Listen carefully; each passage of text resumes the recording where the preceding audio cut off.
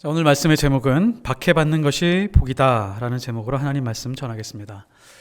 예수님이 이 땅에 오셨습니다. 예수님이 이 땅에 오셔서 많은 일을 하셨지만 그 중에 많은 말씀으로 우리를 가르쳐 주셨습니다.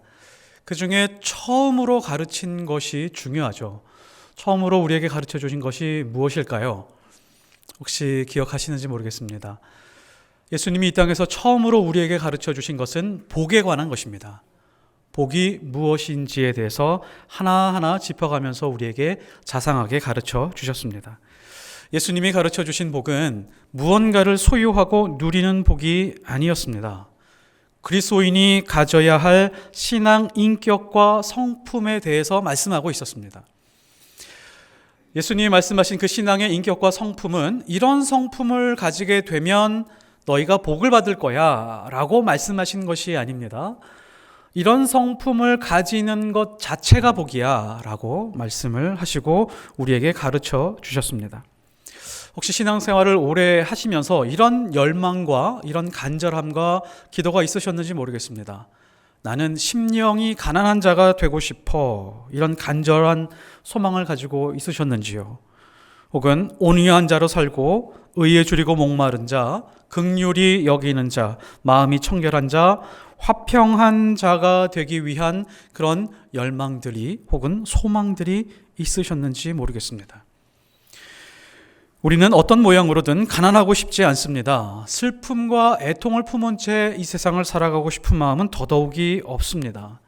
의에 줄이고 목마른 것은 내가 할 일이 아니라고 생각하고 나 혼자 사는 것도 힘들고 바쁜데 누군가를 화평하게 하는 것은 내가 하고 싶지 않은 일이다. 상관할 바가 아니다. 라고 하면서 살아가는 것이 우리의 본능이고 그런 것이 우리의 현실입니다.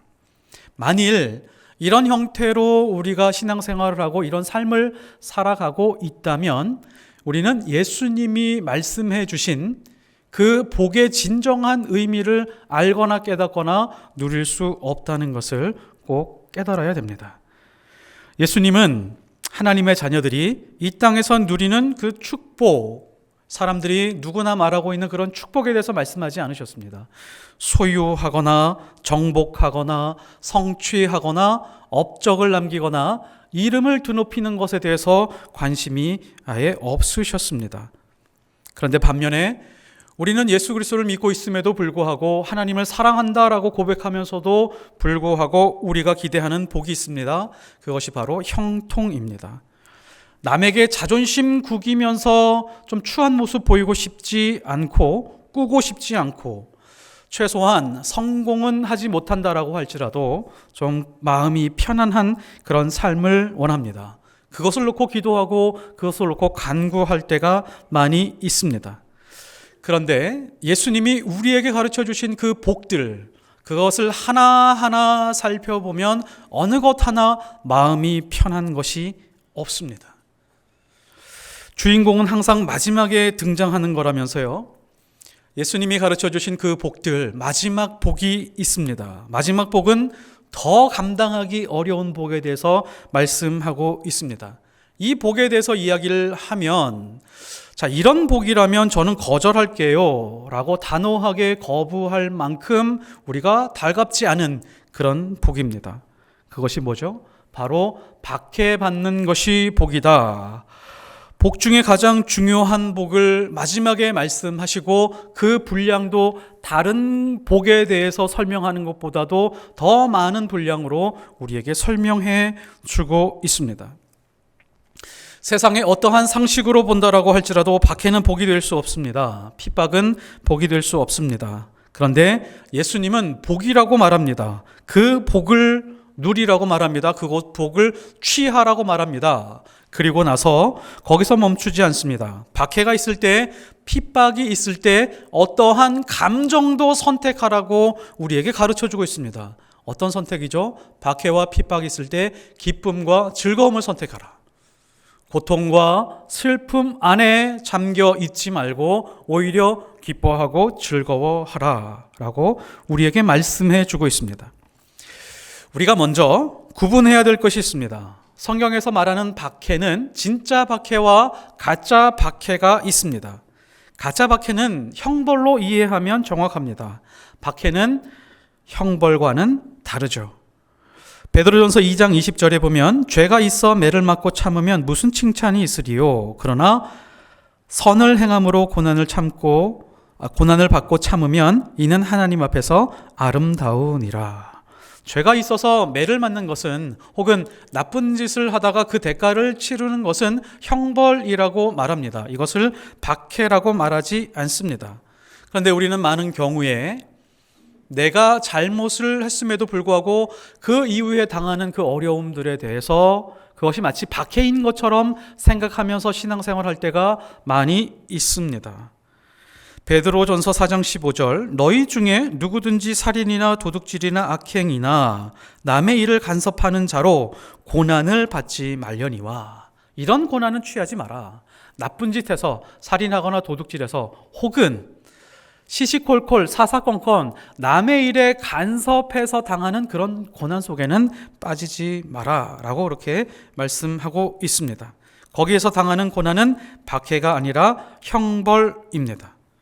형벌은 박해가 아니죠. 그런데 박해는 그러면 무엇인가? 성경이 말하고 있는 박해는 바로 이겁니다. 선을 행하는데 고난을 받는다. 이것은 박해입니다. 하나님의 말씀대로 진실하고 정직하게 살아가려고 투쟁하고 싸운다 라고 할 때 다가오는 그 어려움과 괴로움과 고통, 이런 것들은 박해라고 할 수 있습니다. 예수님 잘 믿고 싶어서 예수님 말씀대로 선하게 살아가고 있는데 인생이 더 힘들어지고 있습니다. 이것을 박해라고 말할 수 있습니다.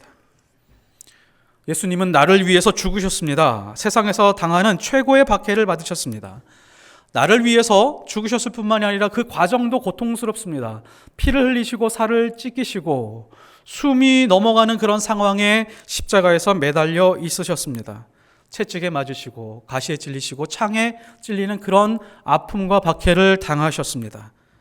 우리는 그 은혜가 너무 감사해서 하나님 앞에 눈물을 흘리면서 예배 드릴 때가 있습니다.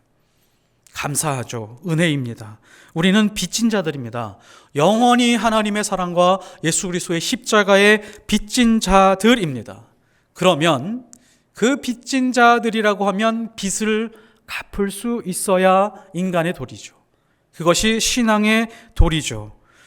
예수님이 나를 위해서 그렇게 하셨으면 내가 이제는 예수님을 위해서 핍박과 박해를 선택해 가는 것, 이것이 성숙한 신앙입니다. 예수님 한 분 붙들고 사는데 어려움 당하고 가난하고 수모당하고 고통당하는 것, 그 자체가 복입니다. 왜요? 그 과정 안에서 심령이 가난해지기 시작을 합니다. 그리고 애통하기 시작을 합니다. 의에 줄이고 목마르기 시작을 합니다. 그리고 긍휼한 사람으로 살아가기 시작을 합니다.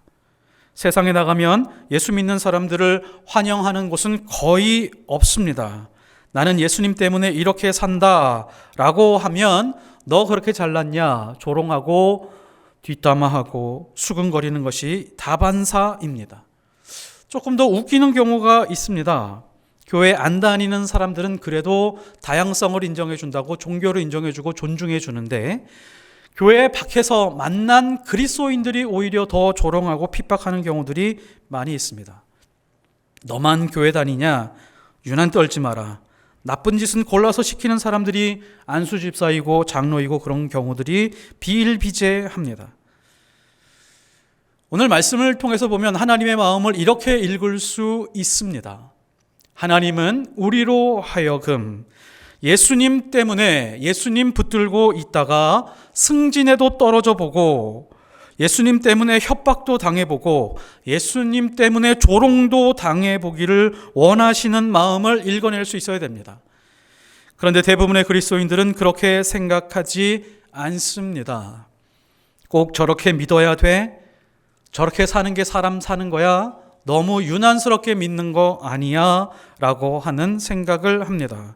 정직하고 진실하게 살다가 망해보기도 하는 삶, 이것이 바로 그리스도인의 자신감 있는 삶입니다. 그리스도인이 망할까요? 절대로 그렇지 않습니다. 망할래야 망할 수 없는 사람들이 바로 하나님의 사람들입니다. 그런데 왜 우리는 이 시대의 진정한 그리스도인을 만나기 어려울까요? 어떤 목사님이 설교하면서 이런 말씀하시더라고요.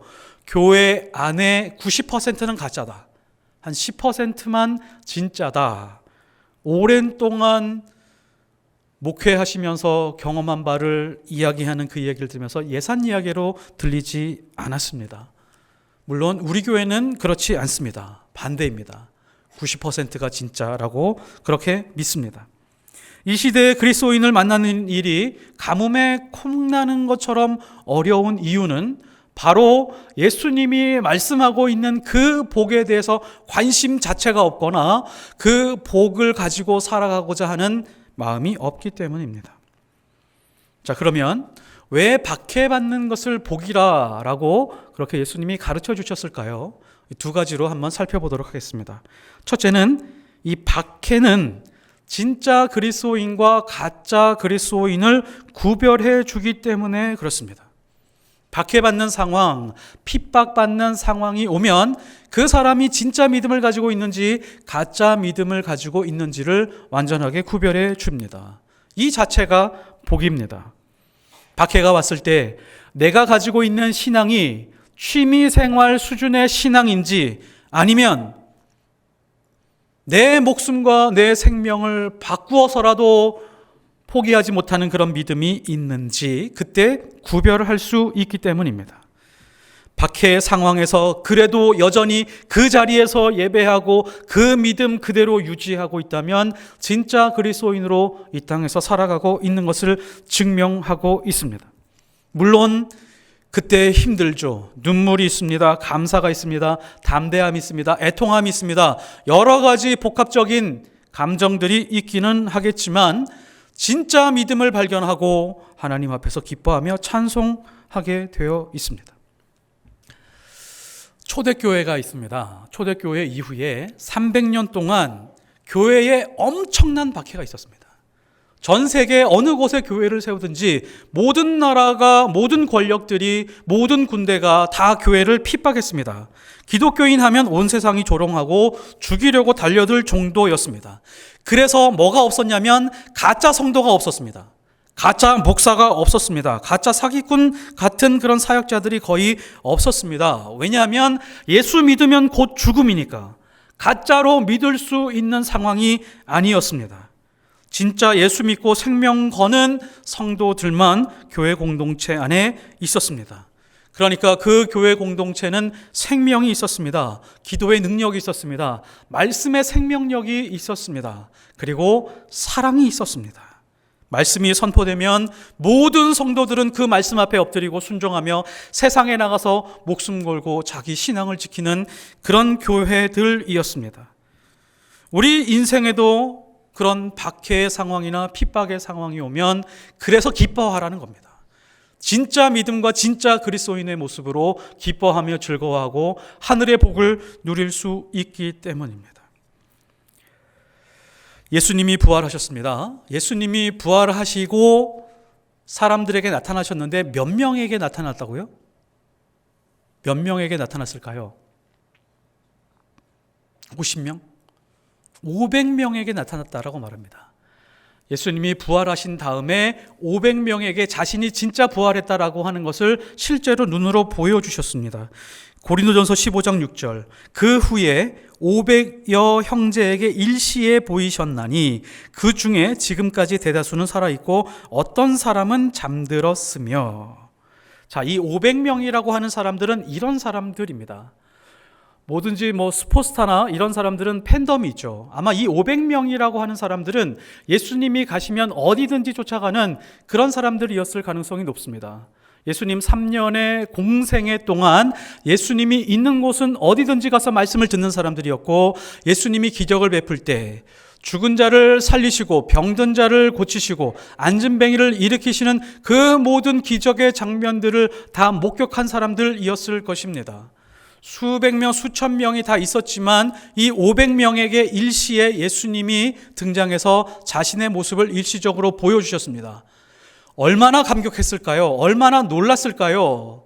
이것이 진리구나 라고 하는 것을 확신했을 것입니다. 자, 그러면 이 사람들이 예수 그리스도를 목숨 걸고 전파했어야 되는데 오순절 마가다락방에 몇 명이 모였죠?